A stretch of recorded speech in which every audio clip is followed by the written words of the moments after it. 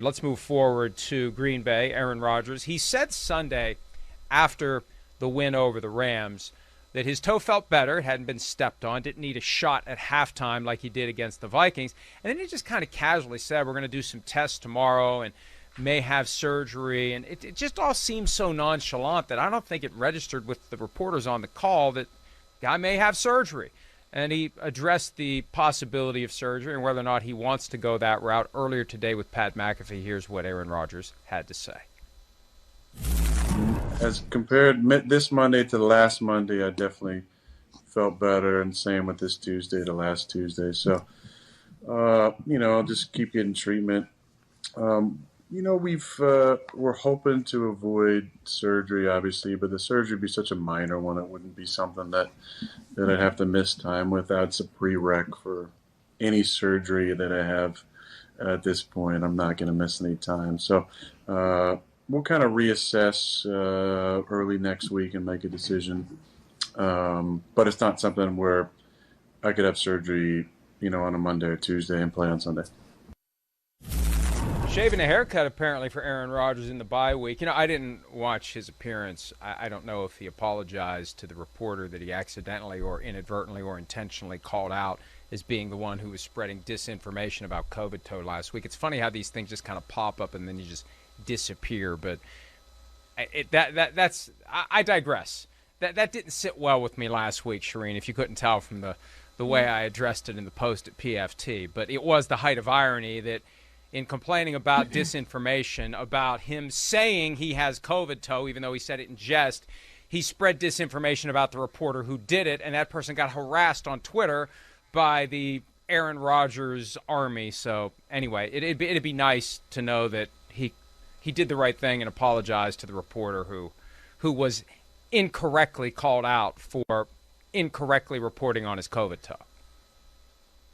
Yeah, and I didn't watch the whole thing to know if he did that either. My guess is he did not do that, and I'll be very surprised if he did, but he certainly should do that because he did call out the wrong. But I didn't know who he was talking about when he called out the woman who worked for the thing. I'm like, who is she? Like, she didn't write whatever he thinks she wrote, and so I went to see maybe I missed something on her Twitter feed, and of course I didn't. He just called out the wrong person. So, it would be very nice if he apologized, Mike.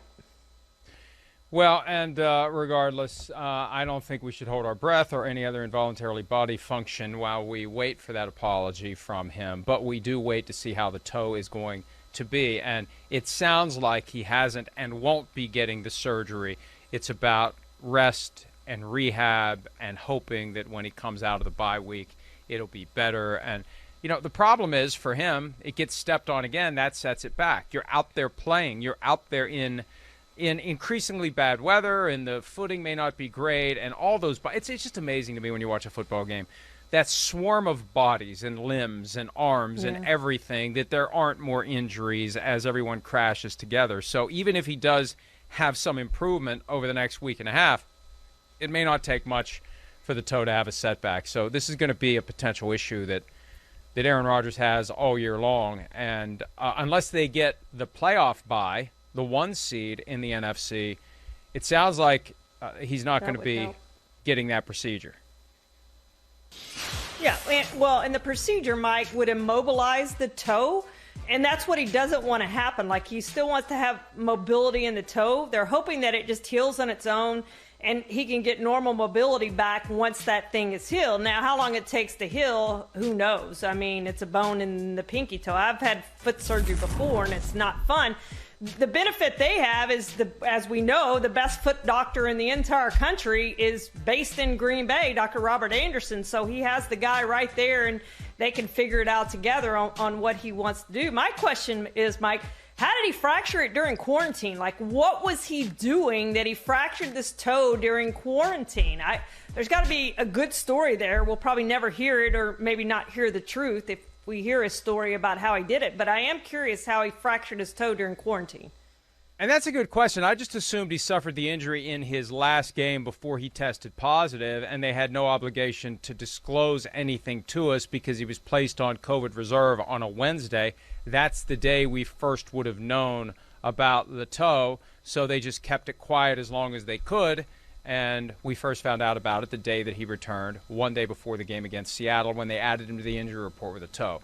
But you're right, if it didn't happen during the game he played 13 days earlier, how did he fracture his toe, and how bad has it really been? It sounds like it's been pretty bad. And, you know, he has no requirement to talk about it at all. He's not compelled to say anything. All they have to do is put it in the injury report with no further comment, but he has been talking about it pretty openly. And by all appearances, other than the quick exit at the end of the first half of the Week 11 game at Minnesota, it hasn't seemed to affect him at all.